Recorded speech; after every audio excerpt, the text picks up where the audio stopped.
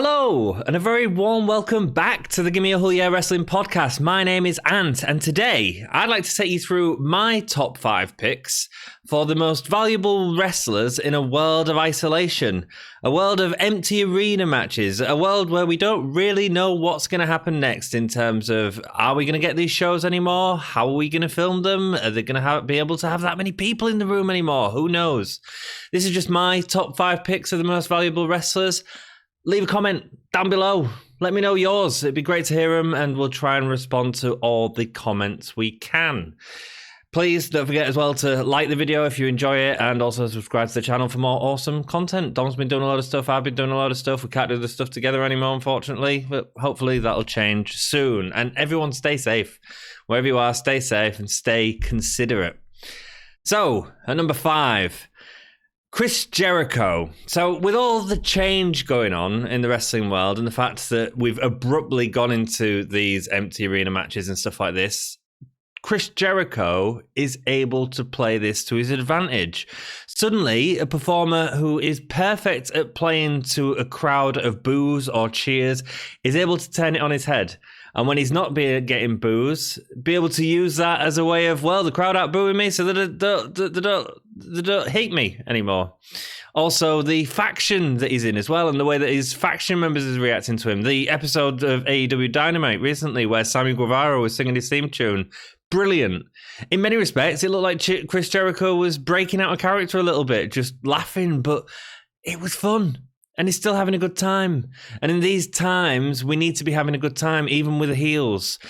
Again, importantly, he's able to come off as natural with it as well. The Miz and Morrison on SmackDown, I mean, if there was a 6th on this list, they'd probably be getting that. I mean, they're again able to spin it on the head and they're not getting boos from a crowd and be able to play with that and with the fact they haven't got an audience. The reason I put Jericho slightly above them is because he doesn't make it seem as scripted as WWE seem to make all the performers do. His dynamic with his faction, all of that make him an obvious choice for this list. So Chris Jericho, you just made the list. At number 4, we have John Cena. Ultimately, whether you like John Cena or don't like him or not, we don't see him very much. He's probably one of the number 1 draws in wrestling right now, especially when it comes to mainstream crossover. He's doing films. He's on Nickelodeon.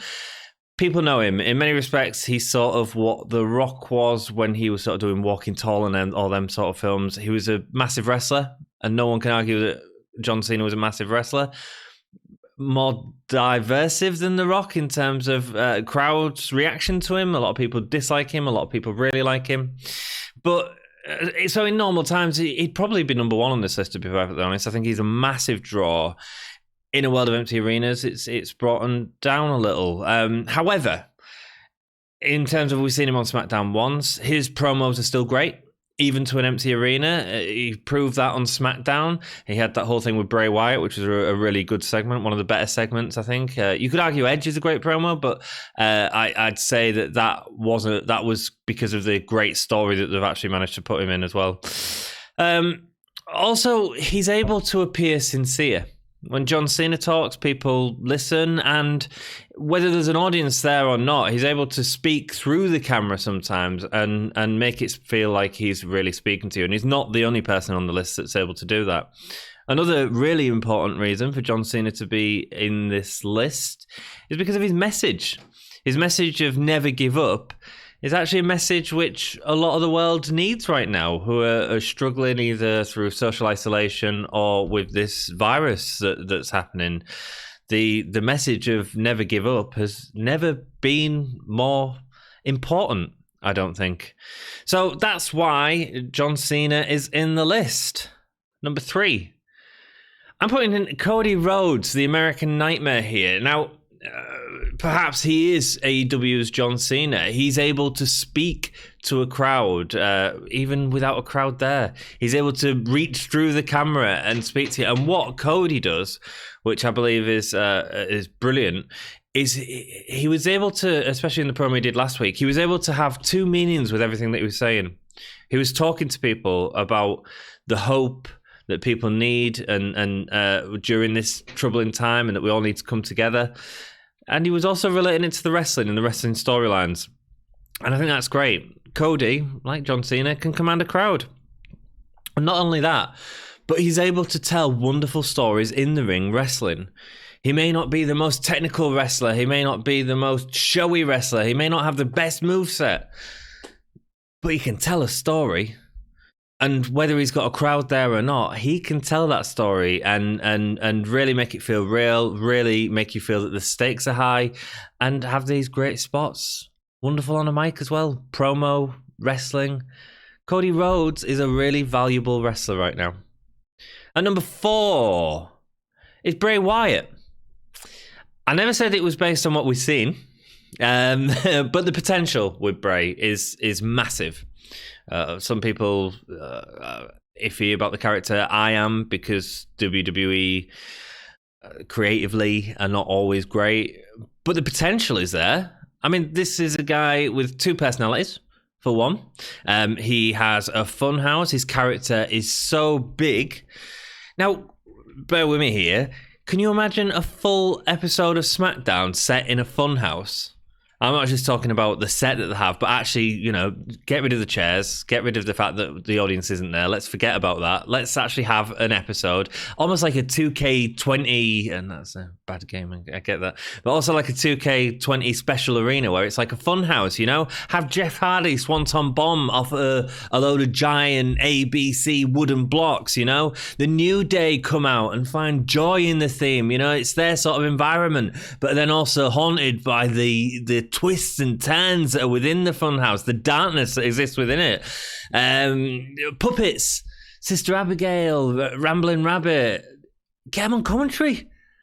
Madness. You know, and this is a whole episode that could like write itself, basically, all within his world, all with his sort of commentary on it, and all the wrestlers finding themselves put in this weird place, and we're all in a weird place at the moment.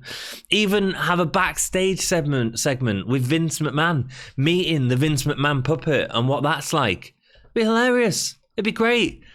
Probably won't happen because WWE don't seem to be grasping it right now, but anyway, it's a stupid idea, but it's fun. It provides entertainment. There'd be a lot of rubbish in it as well, but I think it could be potentially really entertaining. And that's why Bray Wyatt, as a performer, as a character, is really important in this time. Really valuable. You can do a lot with that. And I'd say it's more exciting than the regular empty arena matches we seem to be getting at the minute all the time. The final shot of an episode with The Fiend standing over John Cena in this crazy, wacky world, like Toy Story enlarged. It'd be epic, man. And even without Wyatt taking over the show or going with my crazy idea, his promos are wonderful. He's constantly mixing them up in terms of, you know, from when he was a newsreader and all that sort of stuff. And he's able to get a great reaction. His stuff with John Cena was great, the back and forth when the crowd wasn't there. And to me, that's why Wyatt's valuable and a really valuable wrestler in the world we have today. I don't think WWE will use the character to the potential, but that doesn't mean that he's not one of the most valuable people. He's an important part of weekly TV programming. So, before I go on to number 1, thank you so much for watching. Again, if you've agreed or disagreed with them, write down below, man. Let's start a conversation. And thank you to everyone that subscribed to the channel. Go check out loads of other videos. We've got loads more of these coming up in the future. So, number 1. Broken Matt Hardy. I think you probably all knew this was coming. Broken Matt Hardy is so valuable. WWE 2 weeks ago from recording this video lost Matt Hardy. Partly because I wasn't giving him creative control, or not even control. I think he just wanted to input some of his ideas and was getting nothing back. His character was so confused. We saw that episode, the last segment of Raw, which was one of the more memorable segments of a Raw for a long time, better than a 6-man tag, where we went to that broken universe for like a 15-minute thing with Bray Wyatt. It was great. It's never come up again, man. On his recent Jericho podcast, he's talked a lot about how WWE wouldn't give him creative wouldn't let him input his creative ideas. That's sad. Matt Hardy, prior to entering WWE, showed when he had creative control, he could turn this crazy character into a wonderful universe. Wonderful! He only needs a small team to film on his compound. Also important, at the minute they're able to do these empty arena matches, but we don't know how long that's going to last for in the current climate. He's already been doing it on YouTube. It's already there. It wouldn't surprise me if on the last episode, on one of the later episodes of Free the Delete, the Young Bucks were there. Wouldn't surprise me if you use that time to film a load of stuff with them ready to go. Could just be put out straight away. Again, you could do a full episode in the Hardy compound, no problem, instead of your pay-per-view that probably won't happen. The next one is that in May, I think, depending on how the state of affairs is at the minute with this horrible virus. They could use that as a full Hardy episode, and it'd be exciting. I'd like to see it. I'm sure most of you guys would as well.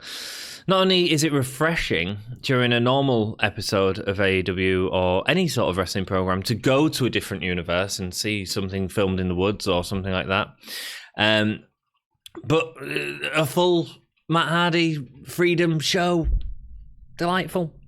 If Matt Hardy was still in WWE, he wouldn't be on top of this list. He wouldn't. I don't think he'd be in the list, unfortunately, because they never let him be who he was, and that's a really sad state of affairs. Especially when we all knew how great he was going into WWE, the crowd's reaction to him, and it ended up a bit meh by the end. You know, I know that the early stuff was good, but with good creative behind him and his own creative, I am sure this is going to be great, and the potential is massive. For breaks during empty arena matches or full episodes at the Hardy compound. Look, if the world keeps going in the direction it's heading, Matt Hardy's creativity can give us all a little bit of escape. And ultimately, that's what we need right now. And that's why Matt Hardy is my most valuable wrestler in the world right now. It'd be interesting to hear your ideas on this. Who do you think is the most valuable wrestler? Who are you in these hard times? Who are you most looking forward to seeing? I think it is exciting that he's gone to AEW, and this isn't just because he's in AEW. I think in general, everyone was excited to see what Matt Hardy would do next. We've got our answer. He's in AEW, and I think it's going to be great. Thank you so much for watching this video all the way through, or even if you skip to the end bit, that's all good. Yeah, thank you very much. Please stay safe. Don't buy loads of toilet roll. It doesn't cure you. And until next time, keep it GAHY. Gay?